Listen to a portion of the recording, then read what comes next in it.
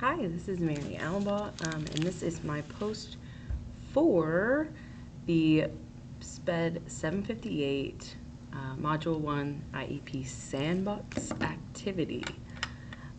So looking at these two videos, I do distinctly remember watching that first one where it was the example of a non-collaborative IEP meeting. I remember watching it in 756, and now that I'm watching it 2 classes later, I'm seeing it in a different eye or different viewpoint, I guess. Because the first time I watched it, I was thinking, wow, you know, they're not listening to the parents. The parents are advocating for their child to receive these services, and you know, it was mostly focused on, you know, thinking about the parents. Whereas this time, I'm really looking at everybody. And I don't know if it has something to do with the gamification that we've been doing in the autism courses. But it just made me, I really watched this video and I thought of everybody in the room. And that was the same thing with the other video. It was really, I don't know, I was just looking at it in a different lens, and it wasn't like watching it before. Something was different this time. So if anybody else felt like that, let me know, because I don't know if I'm alone in that it was just different watching it this time as opposed to watching it back in 756. Okay, so quickly, in video 1 versus video 2 for the first question, with access to free and appropriate public education in the least restrictive environment, I really think that in video 2, obviously, they're working to ensure that the supports are there for Jacob to be able to be in the general education classroom with his peers. And they're also, like, the goals, like the achievement opportunities for the student to excel, they're setting up goals for him to be in the general education classroom based on the mom's responses, based on the teacher's responses. And it was a really collaborative experience in that second video.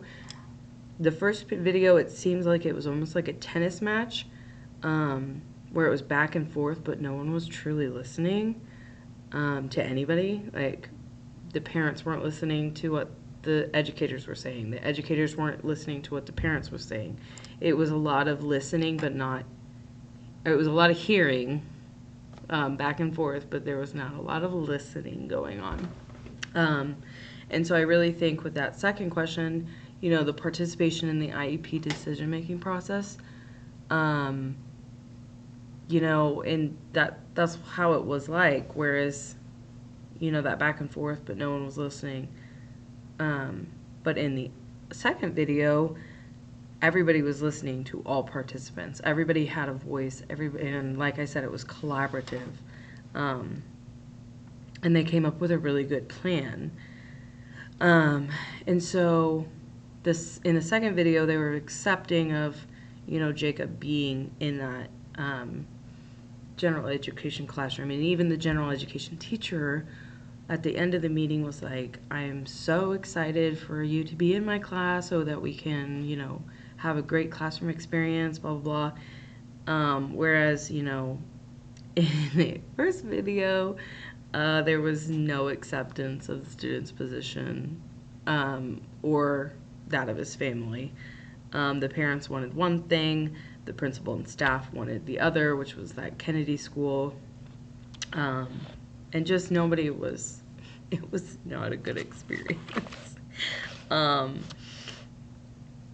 then for the next one, number 4, achievement opportunities for the student to excel, I kind of talked about, I kind of bounced back and forth on this one, sorry.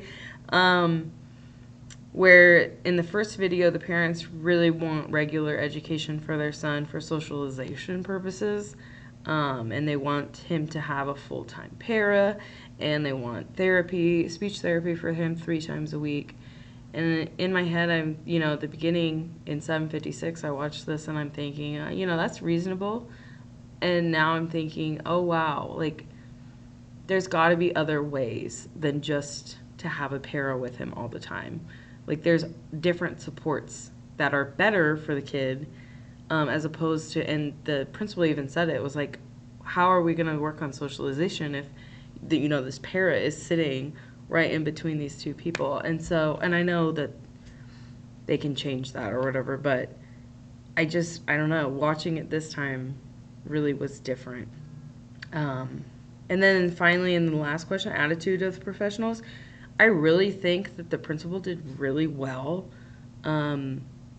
Just staying calm, maybe not giving the best answers or not the best support to the parents, but his presence was calming, as opposed to the first grade teacher who was kind of just blank and didn't want to be there, didn't want to help their son. It was not a good look on her face. Whereas in the second video, it was just a positive environment, very collaborative, like I said. But that is it. I look forward to hearing from you guys. Bye.